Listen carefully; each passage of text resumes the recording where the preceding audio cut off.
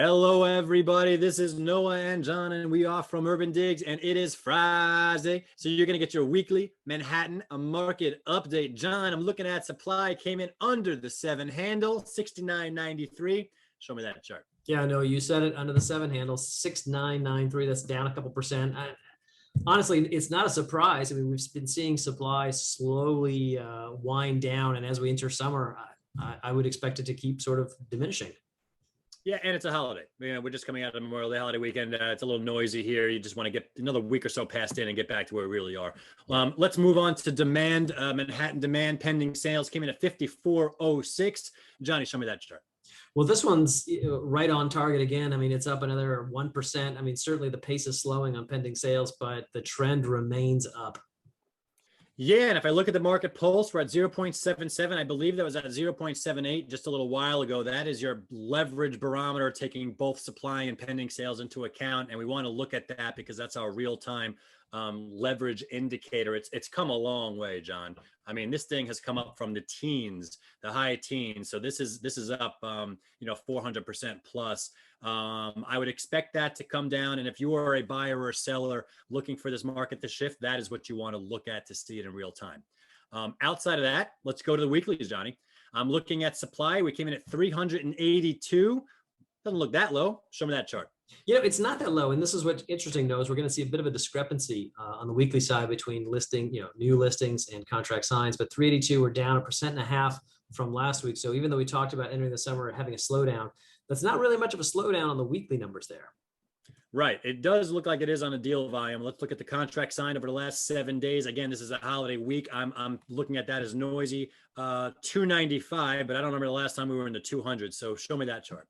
Yeah, I mean, look, you have to take out Memorial Day. That's true. It's down 22% from the week ago. Again, we're missing that day. It was also sort of a long weekend. So you can chalk that up. But honestly, if you factor out, if you look at last week and you look at this week and you see how many units are signed into contract on a daily basis, we're down about 10% on that daily basis. So that's par for the course, I think, for heading into summer.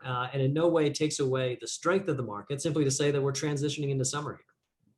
Yeah, and I just want to point out, John, you gotta know where we're coming from, and this was over 1,800 a little while ago. It spent a lot of time in the 1,700s. We should be just above 1,000.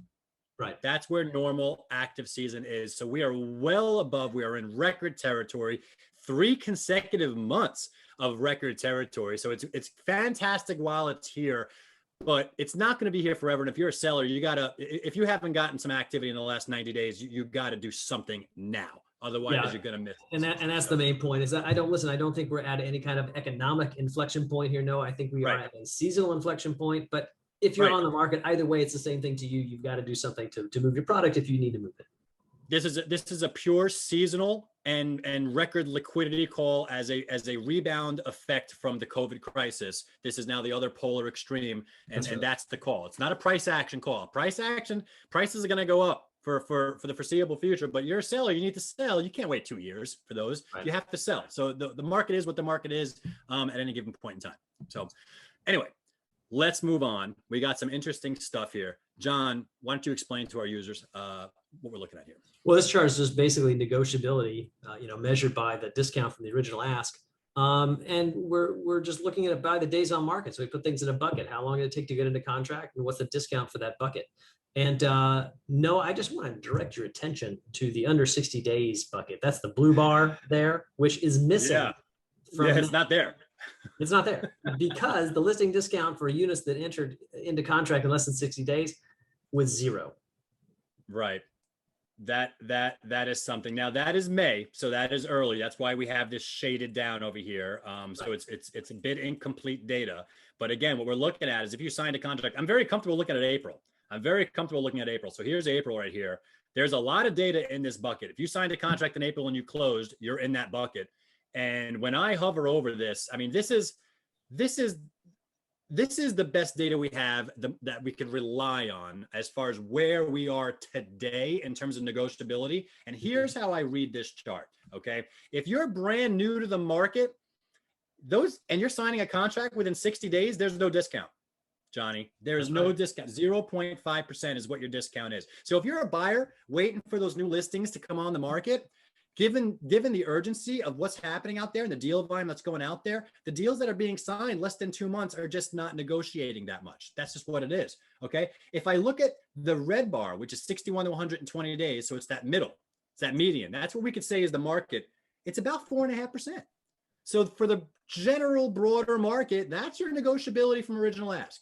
And then of course, if you misprice and you're on the market for 4 months or more, okay, you got to negotiate about 11% or so, which is down from 16%. That's the thing. You could see the trend on all of these. All of the bars are going in the same direction ultimately.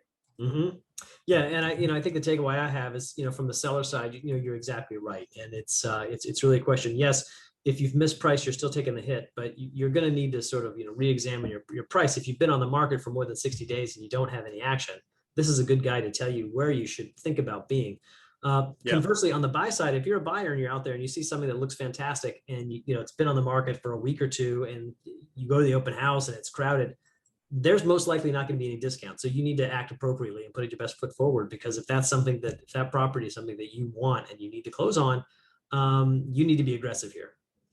Yeah, as long as it's priced right. That's what the market's saying, right? Exactly. Very good stuff here, John. Thank you for pulling up all this data. That is John Walkup. I am Noah Rosenblatt. We are both from UrbanDigs. Don't forget, if you got questions, we got answers, please visit our forum. Other than that, have a fantastic weekend. We love you guys. We'll catch you next time.